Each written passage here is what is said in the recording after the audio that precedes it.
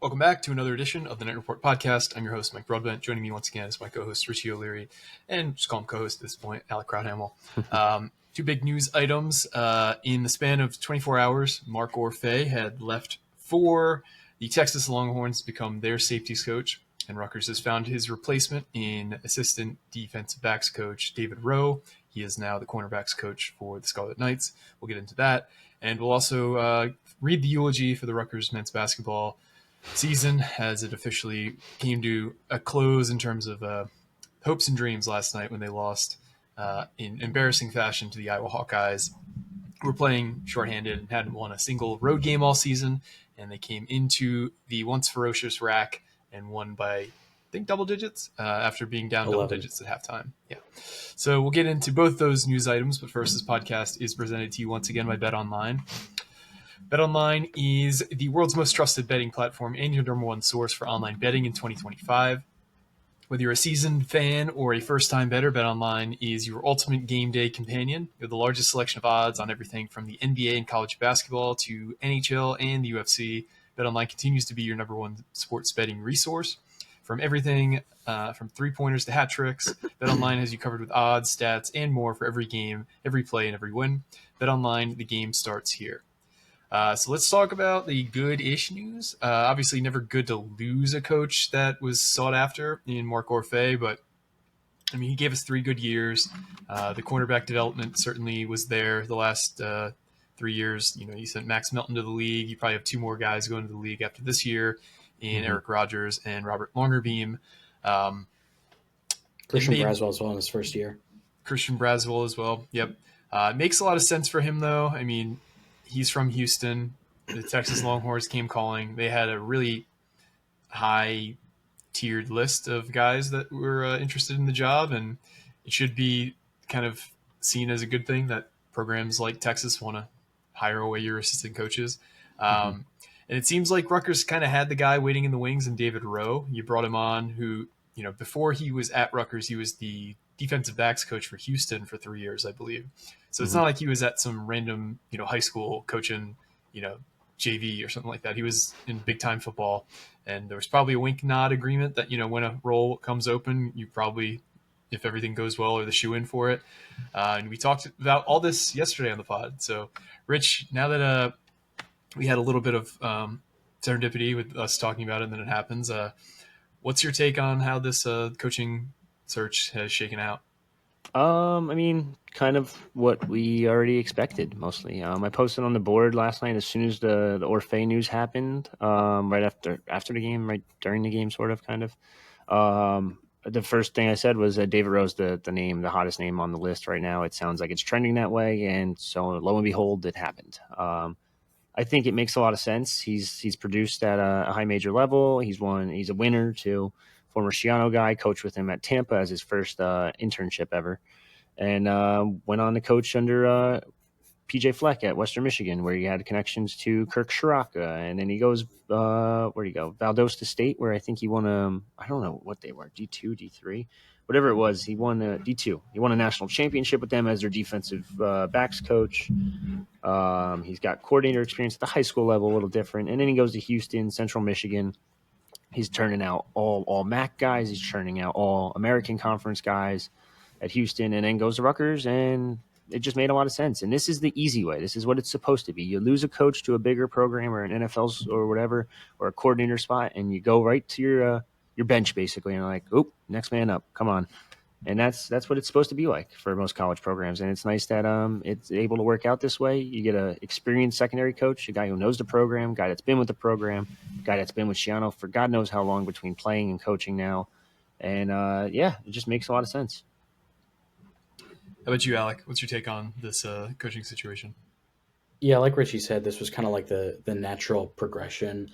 Getting the assistant cornerbacks coach, I mean, he was a solid DB in his time at Rutgers as well. He had, I think, 156 tackles, 5 picks in his career.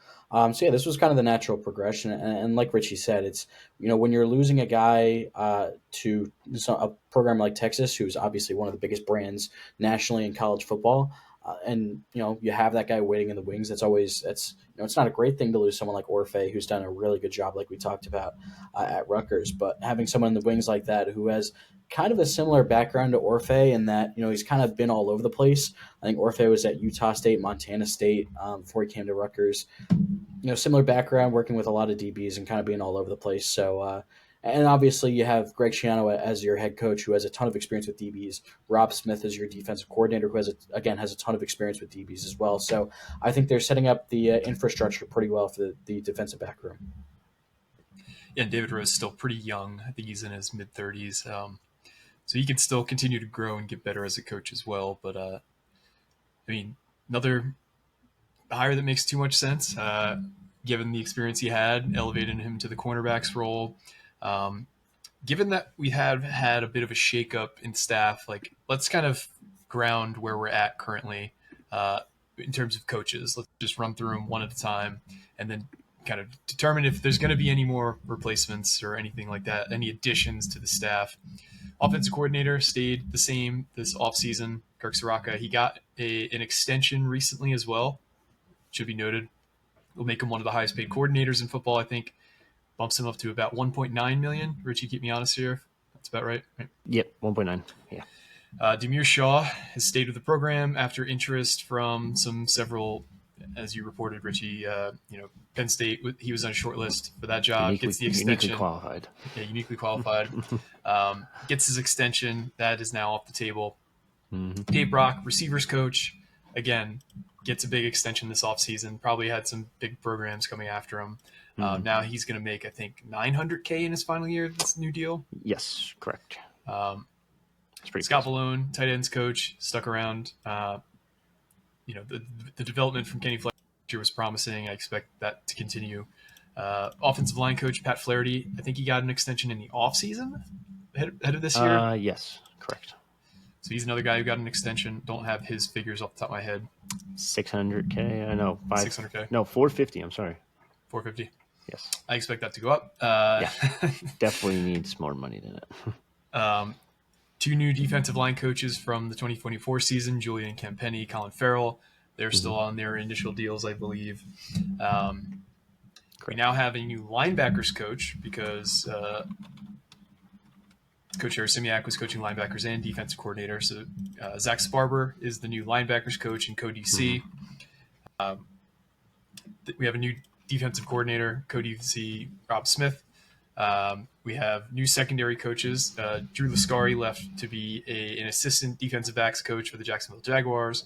And now Mark Orphey has left the program to become the Texas cornerback or safeties coach. All right, cornerbacks or safeties? Safeties. Yeah. Okay.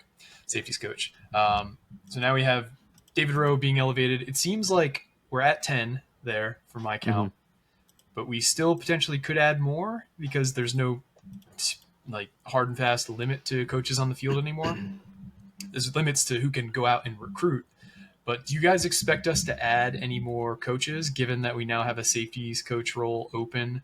Or do you think we'll just kind of hire somebody like a McNulty or a David Rowe to kind of coach those guys, but not necessarily have that full title role, if that makes sense? I think it's going to just be Rob Smith because, technically speaking, they haven't announced anyone. I know what they like to do is they like to get all their eggs in a row and then be like, all right, announce all of them at once. And then you could just put out one giant graphic or maybe not one giant graphic, but one giant article, quote from Schiano, quote from Schiano, quote from Schiano. There you go. Done. Being the fact that they didn't announce it yet and Rob Smith has DB's experience, has coached safeties before, it just makes a whole lot of sense. He's not coaching anything else. He's just got his title was defensive play caller at the time of when they hired him, I guess, so to speak. It was co-DC play caller when Thamel tweeted it out or broke the news. But I think he'll probably just get the safeties role if I had to guess. Yeah, I wouldn't be surprised to hear that either. I mean, it would make sense because, like you said, Sparber's going to be the co-DC and linebackers. It makes sense to give them the safeties title as well. I don't think I would see them going outside. I mean, I wouldn't be too surprised if they bring in another one of those assistant DBs coach. I don't have any names off the top of my head, but if they do bring someone in, then that wouldn't surprise me either from that assistant role too. The rules, I guess they don't really exist anymore. Most of the rules, so I wouldn't be too surprised to see that. It looks like so Zach Sparber got the co-defense coordinator / linebackers coach, and Rob Smith just had co-defensive coordinator as his title when Rutgers announced it. So, I wouldn't be surprised if they just add on safeties coach to that title or promote someone internally. You know, it sucks. I feel like our hot board was just useless this time. Yeah. Put all that work in for nothing. But maybe not. Who knows? Because one name on there specifically, and it's not Trey Bell, because I know everyone obsesses about Trey Bell and his New Jersey ties, but Marvin Clesador, however you pronounce it, former Temple safeties coach, former Temple pass game coordinator. I know he's tried to get into Rutgers previously for a DB spot. This could be his chance. He's at UPenn right now as their DB's coach. I think going from UPenn DBs to Rutgers, say, analyst role, like a John McNulty type role that they just hired him for. But for defense, I think that would make a lot of sense. He's got a lot of safeties experience. Just saying. Yeah, I could see that. It would make a lot of sense there. But we'll see what they ultimately decide to do. I could, like you guys said, see them being done adding guys, or I could see them adding somebody else. I think Chiano likes the flexibility he has right now to kind of make a decision, but expect to kind of have all this buttoned up by probably, I don't know, less than a week from now. I expect all the coaches to be finalized. But anything else football-wise, guys, before we give the final rights to Rutgers basketball 2024-25 season? I don't think so. I think that's pretty much it. Dead period kind of stinks, so there's no recruiting. It's boring, but that's really it. I mean, Penn State might be looking at Stan Drayton for their running backs coach role. And now Texas has an opening as well, so that could always mean, I don't know, something tangentially related. Savon Huggins, recruited by Big East champion, co-champ, Rutgers former head coach Kyle Flood, who's the OC. It makes a lot of sense. That would make a lot of sense. I would imagine they would love to have Stan Drayton back there too, who ended up leaving Texas for the Temple job a few years ago. He coached under Steve Sarkisian as well. Doesn't sound like that's as likely. It sounds like Penn State's still in the lead for Stan. Yeah. But it would be interesting to see if Huggins does get that Texas job. We're connecting dots here. But he did Huggins interview at Penn State too. So if you're a Rutgers fan, you probably want to see him go to Texas instead of Penn State. Yeah. Yep. All right, let's talk some hoops then. Rutgers lost its 13th game of the season last night to fall to 12-13. In a game that they were favored by 5.5. In a game that Iowa was coming in without a few of their best players. Thelwell was not a late scratch, but he was a scratch ahead of the game.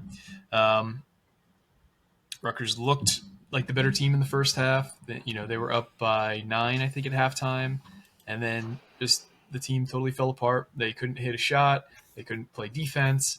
All of the bad things that we've seen throughout the season have just kind of continued.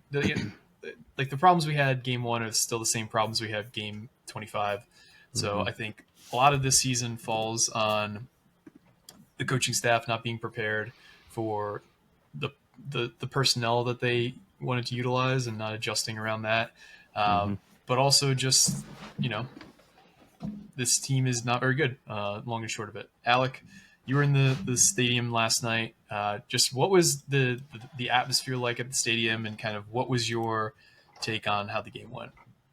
It was definitely at the very least a little bit empty at the start. I think the 6:30 start time didn't help that. The student section in particular got a lot better as the first half went on. Like I said on Twitter, as a former student myself, a whole 9 months ago, they can be kind of hard to get to, especially with classes and all that. But then it got better. But then obviously once Rutgers started falling, it just didn't feel like it had the same juice as it usually does, especially when Iowa started taking the lead back. It just felt like not even exasperation or desperation or anything like that. It was just coming to terms that basically any at-large dreams that were still alive coming into this game were officially closed shut. And yeah, it showed. There were a few moments where you heard some boo birds from the stands after a couple different sequences, whether it was like a turnover on an inbounds when Iowa got that big run to take the lead late or something like that. So it was not good. Rutgers did have 19 assists, which was their most this season, but 12 of them came in the first half, and they had 7 in the second half, and they just could not have that same easy offense that it seemed like that they were getting in late in the game. And it's like you said, Mike, it's just kind of the eulogy of the season. Yeah, it's sad.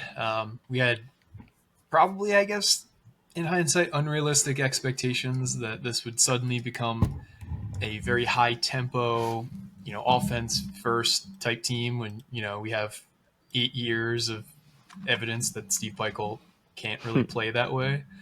But just the fact that we can make Dylan and Ace look that bad in the situations we're putting them in last night is pretty telling, and something that I think will be used against us on the recruiting trail moving forward. Richie, what's your kind of take on, I guess we could talk about it being the season being over at this point, with 6 games left. Like, there's, outside of winning every game the rest of the year, they're not making the NCAA tournament. And I think they're going to struggle to make any kind of postseason at this point. Yeah. The tempo thing's interesting because they did increase their tempo. Like KenPom has them at 94 right now in tempo. They were 154 the year before that, and I think like 200 something the year before that. 264 the year before that. Yep. But so I mean, yeah, they're fast. They're just not doing anything with it. There was 16 minutes unaccounted for between two players yesterday where there was not a single shot fucking taken. I feel like Jeremiah Williams, he was putting up good numbers in terms of points, but then he just makes so many questionable decisions, whether it be, and the turnovers are there and he's making stupid shots. If he didn't make that bank three, I would have been screaming at him if I was Peichel. I would have been ripping into him because that was just the dumbest shot selection I've seen from him all season long too. It's like he's regressed significantly.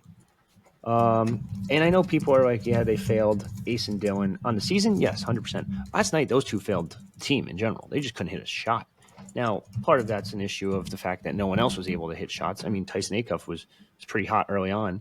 And also, I posted this tweet, but why did Tyson Acuff go from like, oh my God, this might be the third scorer that we need, to I'm going to play him like 5 minutes over the next 4 games? And then he comes into that game and just drops 3 after 3 after 3. I think he was 3 of 3 to start, and then obviously fell off a cliff. But for the longest time yesterday, I had a tweet saying like, "Oh my God, like Rutgers," or not, "Oh my God," but it was like Rutgers basketball has made 9 threes in this game because they had 8 right before half, and I think they had 8 at half actually. I had a tweet get ready to go. And I was like, nine made threes. It's the 5th most this season, and I'm waiting. Eventually, they hit that 9th and 10th three, but I'm like, Jesus, like how do you go from going like shooting so well in the first half to just cliff in the second half? Insane. And you could blame some of the season on health and this and that, and Dylan's ankle and Tyson Acuff's foot, and Dylan the flu, and the flu hitting Jeremiah. I don't know if I can really blame the flu with Jeremiah, just because, like I said, he regressed all season long, even before the flu. Jermichael Davis can't hit a shot. Like Jordan Durkak can't hit a shot. He can only hit free throws. Like there's no big man. Your best big man's a guard and plays iso ball when he gets the ball anywhere near the top of the elbow. It's like just pulls. Like there's no accountability. And I don't know if I know Peichel's not like a yeller type of coach where he's going to rip into some of these guys. But you saw Mick Cronin even do it and rip into his players in a post-game press conference this season. You have to be like, hold these guys accountable. If they're shooting like shit, like it's not, hey, let's just extend the rotation to 13 men instead of fucking 7. Like, I don't know. There's so many issues with this team. It's just, it's so bad. And like you said, I don't think they're going to make anything at this point. And that's crazy because Vegas is basically just going to beg for teams probably. So maybe you'll get lucky and you'll get to go to Vegas. But in reality, does that mean shit? No. Does the NIT mean shit anymore? No. Like Seton Hall won it last year. Who the hell cares? No one gives a shit. Like, Yep.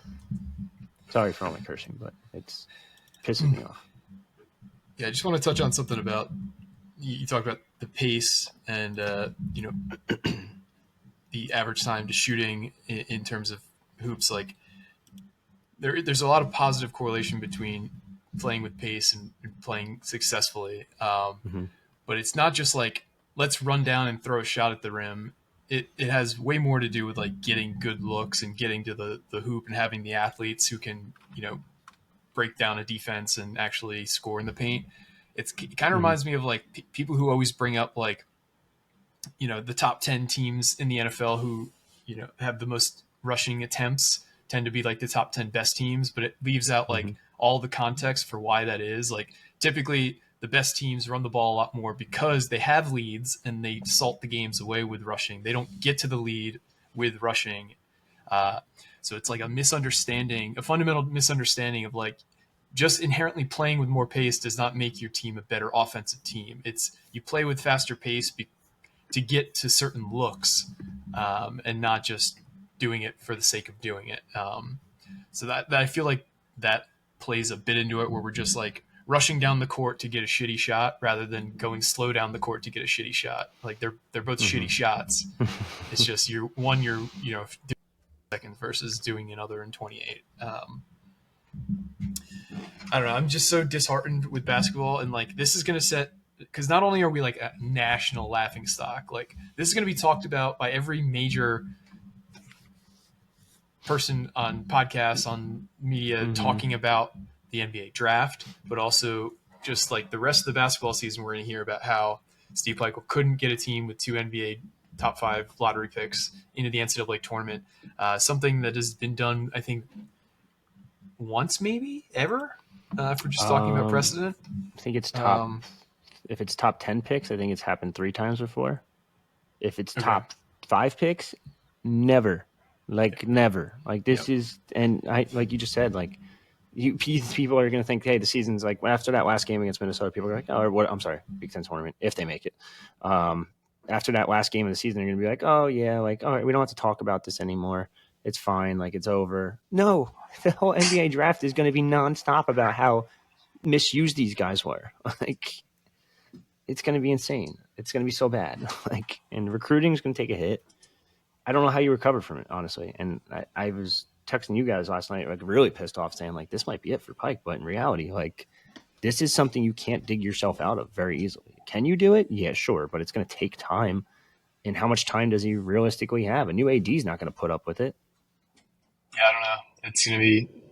Ooh. Yeah, my Wrong audio sounds like crap right now. But Alec, what's your take on this? Yeah, you're right. It is just like really hard to recover from as a program, because this is what you build up for. This is what you build up all the rebuilds, all the, going through the lowest to get to this point in the highest, and it's just another valley down low. So yeah, I don't know how you recover from this at a recruiting level or anything like that, because I mean it's going to be impossible. I don't think Rutgers is going to be in the running for many 5 stars to begin with, but now that this season has gone the way it has, there's no way that guy who wants to be a top 5 pick in the draft is going to say, I want to go to Rutgers and do what Ace and Dillon did, because what Ace and Dillon did was not good enough, even if they're still top 2 and 3 picks in the draft, which they still might be. Will be. Yeah. But it really does. It hurts the national perception of the program as well, because, I mean, people still, I feel like still kind of talk about when, the last time something like this happened, maybe it was Ben Simmons when he was at LSU and they didn't make the tournament. That team wasn't very good. And especially during the draft season as well, when people are scouting out Ace Bailey and Dylan Harper, you're going to see them play and you're going to see them put up all the highlight reel, stats and plays and think, that's going to be a stain on Rutgers, because these guys are going to be top 3 picks, and yet this team couldn't do anything in the season. So it's really going to be hard to recover from. I'm curious to see how it affects portal recruiting as well, not just high school recruiting, because you got guys, I know the COVID year is almost done. It might actually be done completely this year, but you got guys who are thinking like, all right, this might be my last shot to make a leap to get a potential look at the pros. Is this where I want to spend my last year as well? So especially considering you're losing Ace Bailey, Dylan Harper to the NBA draft, obviously. Mm-hmm. You're losing PJ Hayes, Zach Martini, Tyson Acuff. So that's 5 guys. I think is that all for guys who are out of eligibility? I think Jeremiah Williams could come back, but we don't know if he will. After that, I don't want him back. And that doesn't even factor in guys who could enter the portal on their own volition anyways. So you still have to kind of rework this roster and this team who at a high level who wants to, either has 1 year left or 2 years left or whatever, and wants to say this is one of my last shots to make it big at a high major program and get some eyeballs on me from pro teams. How do you continue to sell that? How do you sell your program after you have some of the best and you weren't able to do much of anything with it? Yeah, it's a really hard place to recover from, because all the burgeoning fans who were like suddenly interested in Rutgers, who were either alums or from the area, who were kind of casuals, are like totally lost in terms of basketball for a while, because they were, being hyped. They were hyping the team up maybe for the first time to their friends. Like, we've all experienced some pretty disappointing seasons as Rutgers fans, but this is Pantheon, top of the mountain, Mount Rushmore. Like, this is the George Washington face of disappointing fans in Rutgers, Mount Rushmore of disappointing seasons. This is the most prominent face. And I don't see that really ever changing. Just like I can't fully comprehend how big of a disappointment the season was. And that pains me so much to say, because I was probably too high on this team for way too long, until, even recently. But just sucks, man. Just really sucks. I wish I had more I could say. I feel so beaten down about this team, if I'm being totally honest. Well, like one positive, sort of, not really, would be the fact that with recruiting, especially portal, it's all about money. So you can easily go buy a team no matter what. Like, you could be the worst team in college basketball. You go buy a team and change your entire – look at Louisville. Yeah, Louisville is a good one. But if you want to point towards football, Colorado, like, they've completely rebuilt their program. They were dog shit until – and obviously it's a little bit different when you get a Deion Sanders type in there too. But I don't think – even if Pikiell was to leave, I don't think they're hiring a Deion Sanders type. Rutgers doesn't have the balls to hire a Rick Pitino type. Like, you hire Rick Pitino, your whole program's changed overnight. That being said, I don't think, number one, Pikiell's not going anywhere. So just get that idea out of your head. Number two, if you could just buy a team, it makes it real simple. The problem is you don't have fucking money. This would have been a team to buy. Yeah, exactly. But I don't know. You got to hire a GM or someone to manage NIL shit. Every program's doing it. UNC's criticizing Hubert Davis recently because he didn't want to hire a GM before the season. Now he's basically being strong-armed into hiring a GM if he wants to stay the head coach. Every program's going to do it. You saw Bill Belichick just do it with Lombardi. We know football's got a pseudo GM kind of in Kevin McConnell a little bit. Not really. I don't know what his actual role is or title is, but I would consider him like a GM type. But you have to hire a GM. I think you have to go get someone. You have to get someone with experience. Got to get outside that coaching tree. We say it with Greg all the time. Pikiell needs to do the same. And he did it a little bit with Smoke Williamson, and it's helped. He's been a good recruiter so far. He's actually recruiting everyone at this point. Like, no one else is doing anything, it seems like. But you have to go out and find someone that has either NBA GM experience or G League GM experience. There's tons of guys out there that you could pay a good amount of money to come in, and they'll be able to help you fix some things. And on top of it, hopefully somehow have connections to someone in New Jersey that has a shit ton of money that they're bored with. Yep. Bottom line, though, a lot needs to change after this year in terms of the way Pikiell runs his program, the kind of staff he constructs in terms of, specialties in the staff. Because we can't just run shit back next year and expect it'll get better. The deficiencies this team has are the same deficiencies that have plagued Rutgers basketball teams for as long as Steve Pikiell's been here. And the worst part is the one thing that was supposed to be a hallmark of Steve Pikiell, the defense, hasn't been here either. So it's been just an all-around bad team outside of these shining moments from Ace Bailey and the individual performances of Ace Bailey and Dylan Harper. But it's a definition of insanity. It's like doing the same thing over and over again and getting the same shitty results or something like expecting that. different results. Expecting different. There you go. See, that was close, but that's Let's get this other Fairfield guy. Maybe that will work. Yeah. Oh, geez. Sorry. It's just sad. But that is all I've got. Anything else you guys wanted to hit on before we head out of here? No, I don't think so. I think that's basically it. Baseball starts this weekend. I think you Yes. guys mentioned that yesterday. Kennesaw State. So it changed like 3 different times. It was a Friday, Saturday, Sunday game to a doubleheader on Friday to now a later doubleheader on Friday. I think it starts at 2.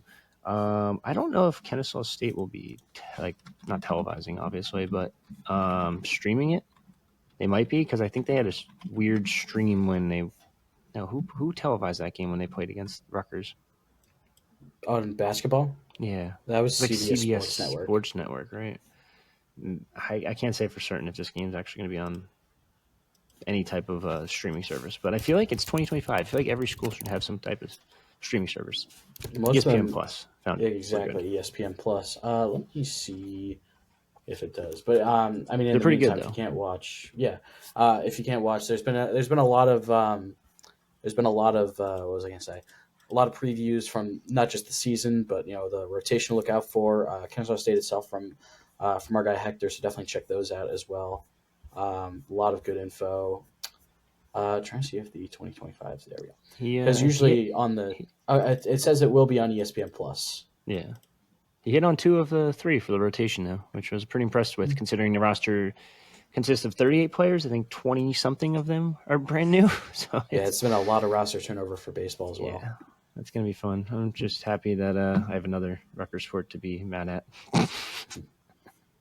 You're really the ray of sunshine today, aren't you? I'm sorry, man. The basketball thing pissed me off last night. Like, you can't have that lead and lose to a fucking shitter school like Iowa. That's just not good. Their first and only Big Ten road win this year, and probably not going to get another one. So lose to Minnesota at the end of the season. I'll go on a fucking tangent. Yeah, I mean, I'm calling for heads at that point. I would say they're not a shitter school. They have a bad team this year. They've always given Rutgers problems. So I guess it shouldn't come as a massive surprise that they were able to knock us off last night. But just given that they had so many bad games this season, given that this is the most injured they've been all year, and that's saying something for this team, that Rutgers could not put them away. Yeah, but when Rutgers gets injured, it's there's the excuse train. Yeah. Choo choo. All right, I've had enough of talking about this. Hopefully things get better, but whatever. I'm just bummed at this point. We are still doing our giveaway contest. If you'd like to be involved, there's 2 ways to do it. You can either go to your Apple Podcast app, leave a 5-star review, reference the number 400 in your review, and that'll get you 2 entries to the contest. And if you comment below in this video with the number 400 somewhere in your comment, you will get another entry to the contest. I want to thank everybody who's already entered and already given us a review. Those help a ton in terms of finding the show. So we do appreciate you guys. But for me, Richie, and Alec, this has been another edition of the Night Report podcast. Signing off.